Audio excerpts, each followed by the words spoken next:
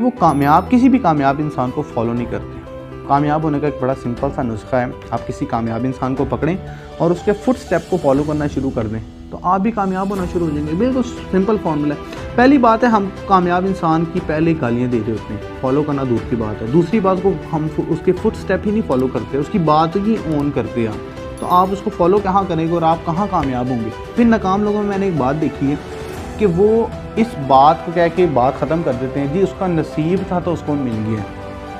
यार आप कभी उसके पास बैठ के पूछो तो सही कि उसने इस नसीब को बदलने के लिए कितनी मेहनत और कोशिश की।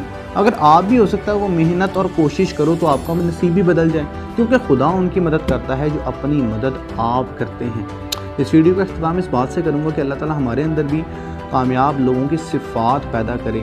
मुझे उम्मीद है आपको ये वीडियो बड़ी अच्छी लगी होगी। अगर आपको अच्छी लगी तो उसको लाइक कीजिएगा, सब्सक्राइब कीजिएगा, शेयर कीजिएगा और इसी के साथ अपना बहुत ख्याल रखिएगा।